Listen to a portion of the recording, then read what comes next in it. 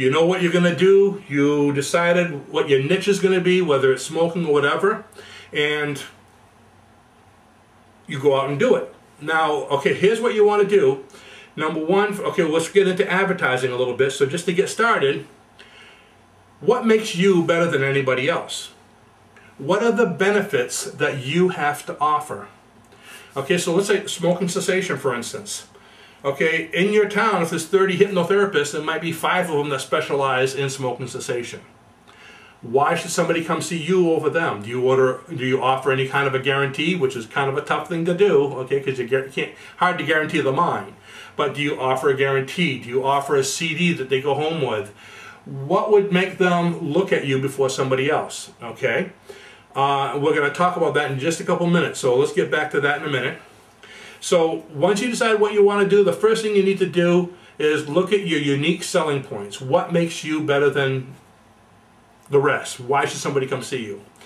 With your unique selling points, what you need to do is come up with a 5-minute spiel. If you had 5 minutes to tell me what makes you the best, what makes me, why should I come see you, what would you say? Okay, so 5 minutes is a pretty long time. So you get all the best points in it. That's number one. Come up with your 5-minute spiel. Second, out of that 5-minute spiel, I want you to make what we'd call an elevator speech. If you were on an elevator with someone and you wanted to tell them what you're doing between floor 2 and 5, okay, what would you say to get them?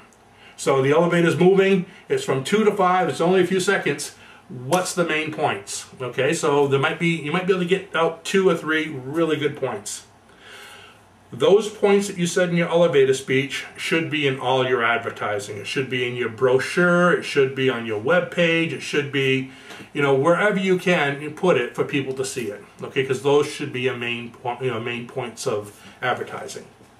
So you got your 5-minute spiel, you got your elevator speech. Now, remember what I said? What makes you better? Okay. What you want to do, if you want to be the best in your field, the best at smoking, the best at pediatrics, whatever it is to be the best in your field, you're going to find that the top 10% in just about any field are authors. And now you're probably rolling your eyes. How am I going to write a book? Okay. If you can write something, not necessarily a book, if you could write something about your niche, what it is you're trying to do, you've elevated yourself to the top of your field.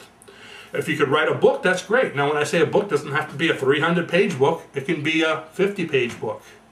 How about a nice article? Can you write 10 pages about your niche?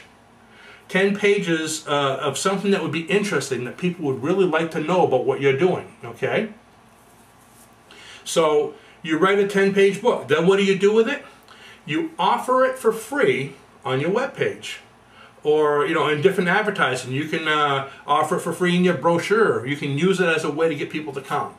Now, for pretty much all of you that are here, the reason you've probably all heard of me initially is because our free manual giveaway. We give away the free 446-page manual that I wrote.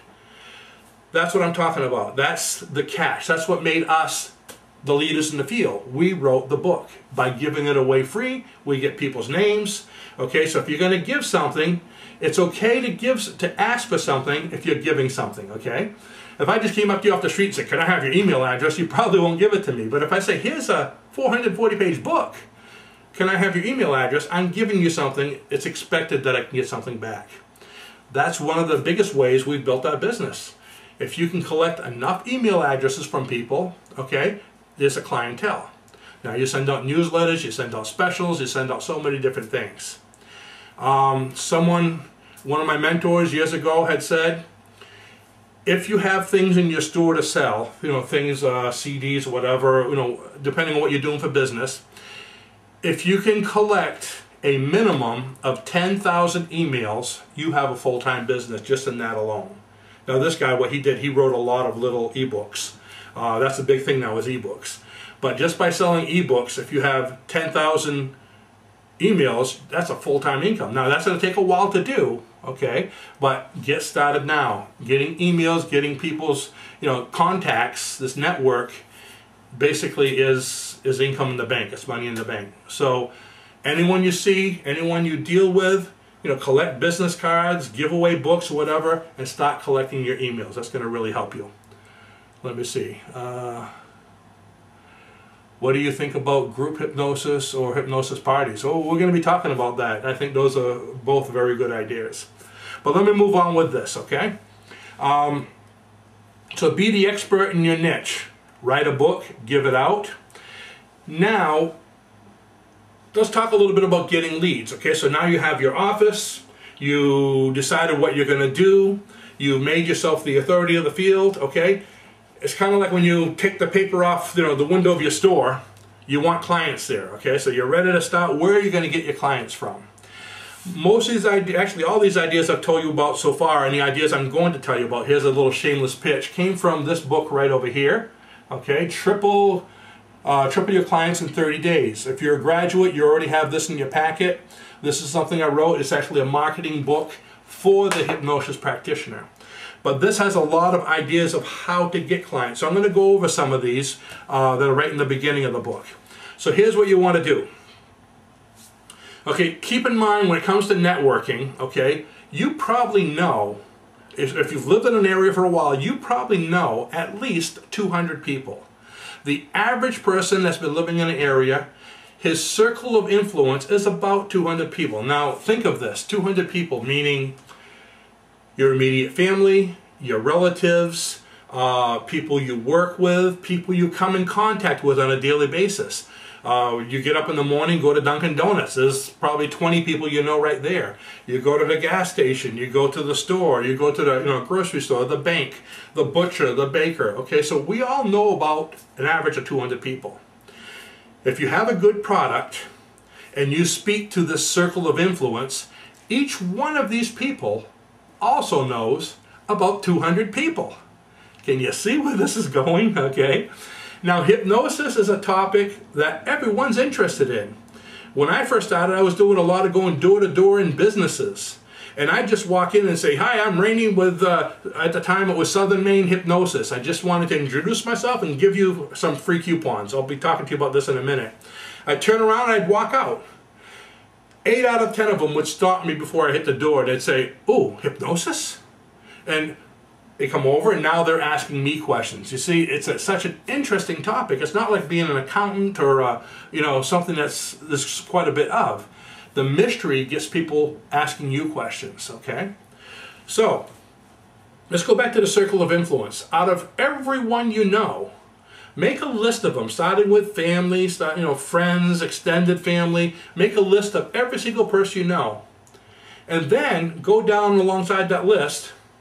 How many of them could use to improve in one way or another? Couldn't everybody improve? How many of them smoke? How many of them have kids? How many of them are stressed? Stress, again, if you're in a big city, okay, you probably have a lot of that. How many of them are in sports? How many of them have teenagers and can use study habits, memory retention, test taking? Okay, there's so many different things. Are any of them golfers? I know down in Florida, golf hypnosis is getting to be a really big subject, okay? Matter of fact, Raluca in Philadelphia was hypnotizing people for the Olympics. I once hypnotized the #2 skeet shooter in Kentucky to be the #1 skeet shooter. So it's kind of interesting, some of the people you find, okay? So how many of them can use to improve in something? Now that you've done that list, you have somewhere to start. By speaking to people. Now don't go up and say, hey, I understand you smoke, Go up to them and basically start telling them what you do.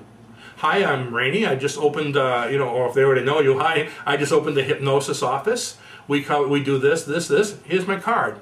Matter of fact, here's a $50 coupon good towards 4 sessions. Usually what I do is I give people a $50 coupon good towards the 4th session on a smoking cessation program. But if you have something like that, whatever you specialize in, you give them that, it's going to make them start thinking. And if they don't use it, they'll probably give it to somebody else.